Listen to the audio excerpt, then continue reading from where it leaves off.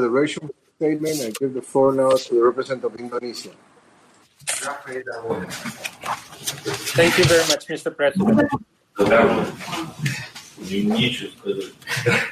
Mr. President,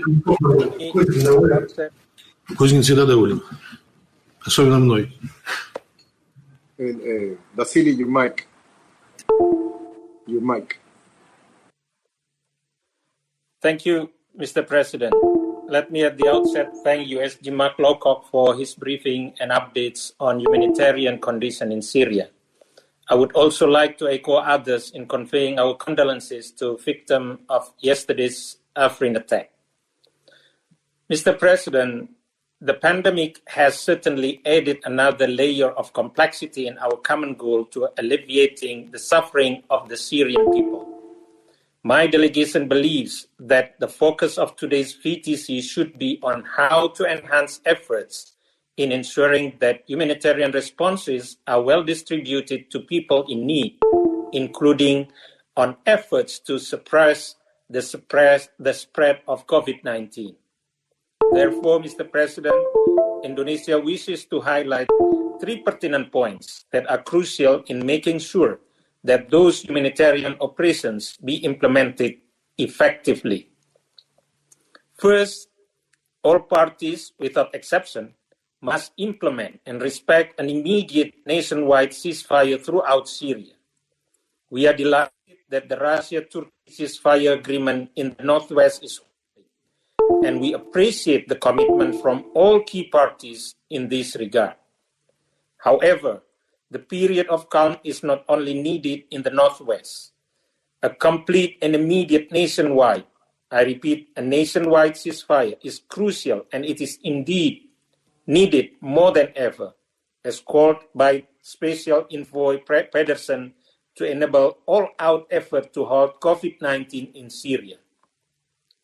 Second, an enhanced and sustained humanitarian access for all United Nations humanitarian operations and their implementing partners to all requested areas and populations in need. Before COVID-19, a safe and immediate access for the delivery of humanitarian assistances to save lives in Syria was already urgently needed. Currently, with the high risk of the pandemic, nobody can deny that this is one of the priorities in securing and delivering emergency needs. Besides shelter, food, water, and sanitation, it is also crucial to provide more testing kits, personal protective equipment, and other key supplies. As stated in the Secretary General's latest report, it is imperative that humanitarian access to all parts of Syria be continued and authorized with different operating modalities. This includes scaling up cross-line and cross-border access.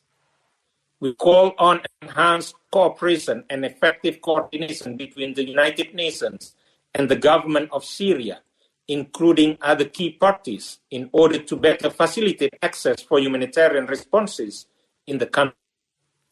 Third, as many have stated, Syrians are acutely vulnerable to COVID-19. Therefore, the enhancement of laboratory and case investigation capacity in Syria is a priority. The number of cases is still relatively low. However, the risk of an outbreak and its devastating impact for the Syrian people is very alarming. We appreciate the ongoing prevention and health preparedness plan to minimize the spread of the virus from both the Syrian government as well as the United Nations, and urge for a continued partnership between the parties. Mr. President, lastly, we note the summary of the Board of Inquiry report and stress the importance of preventing the same incidents to reoccur in the future. Indonesia urges all parties to the conflict to cease all attacks and uphold their obligations under international law and international humanitarian law.